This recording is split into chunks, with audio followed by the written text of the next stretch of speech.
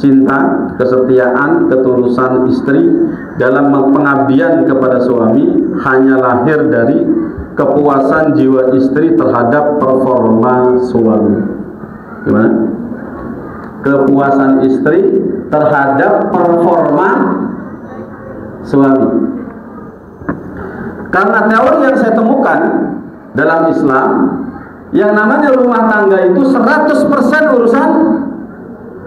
urusan suami. Jadi kalau kaum muslimin rahimahumullah ada pasangan rumah tangga sudah misalnya sudah 20 tahun, tetapi istrinya tidak bertambah patuh kepada suaminya, tidak bertambah shalihat, ingat ya, standar tetap, standar wajib, standar paten, dan ini Quran yang berbicara. Seorang istri itu standarnya adalah fasalihatu qanitatun hafidhatun. Ini standarnya.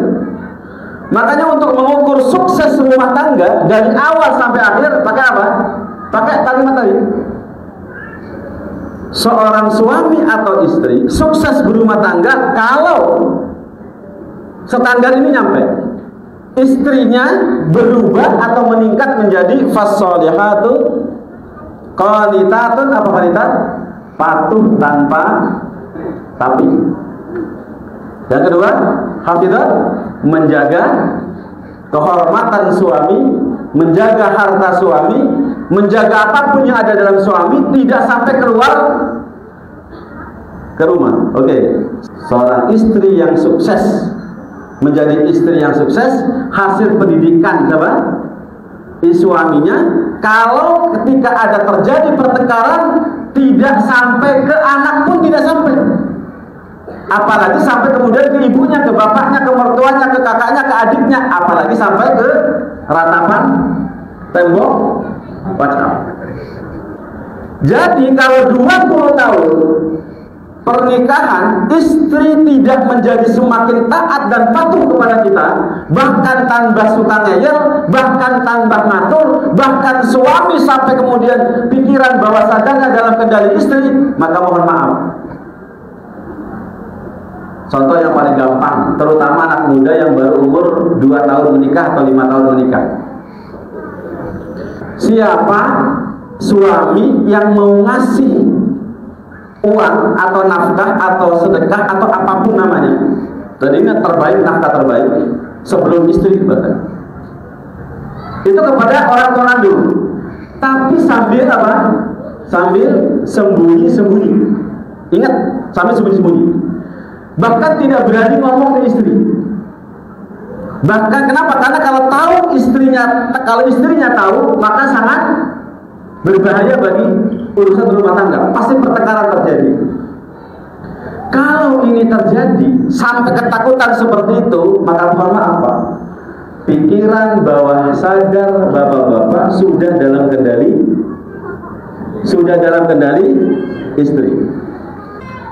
Syekh As-Sa'di dalam kitab Taisir Dawaman fi Kalamil Manan, dalam menafsirkan ayat Ar-Rijalu Qawwamuna 'alan Nisa, mengatakan man huwa rajul, siapa suami itu siapa?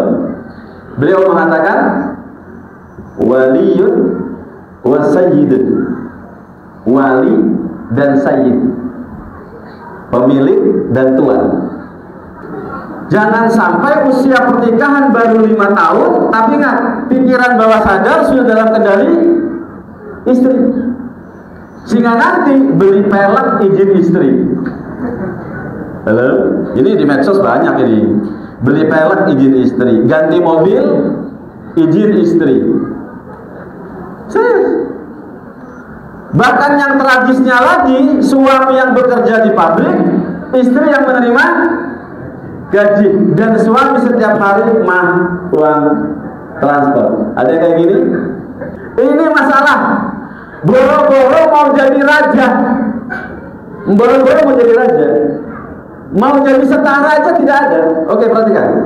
Orang yang pikiran bawah sadarnya terkendali oleh istri, apakah dia layak setara dengan istrinya?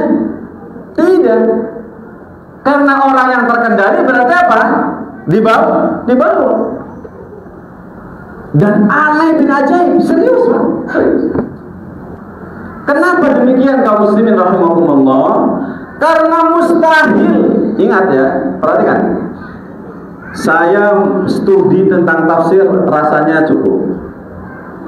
Dan saya menemukan para ulama tafsir menyebutkan bahwa tata letak kata dalam Al-Quran itu pasti ada maksud dan konotasi tertentu.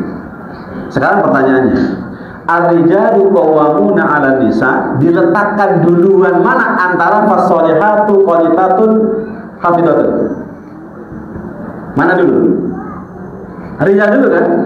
Bahkan menggunakan kalimat fasolihatu, kalimatnya begitu. Berarti apa?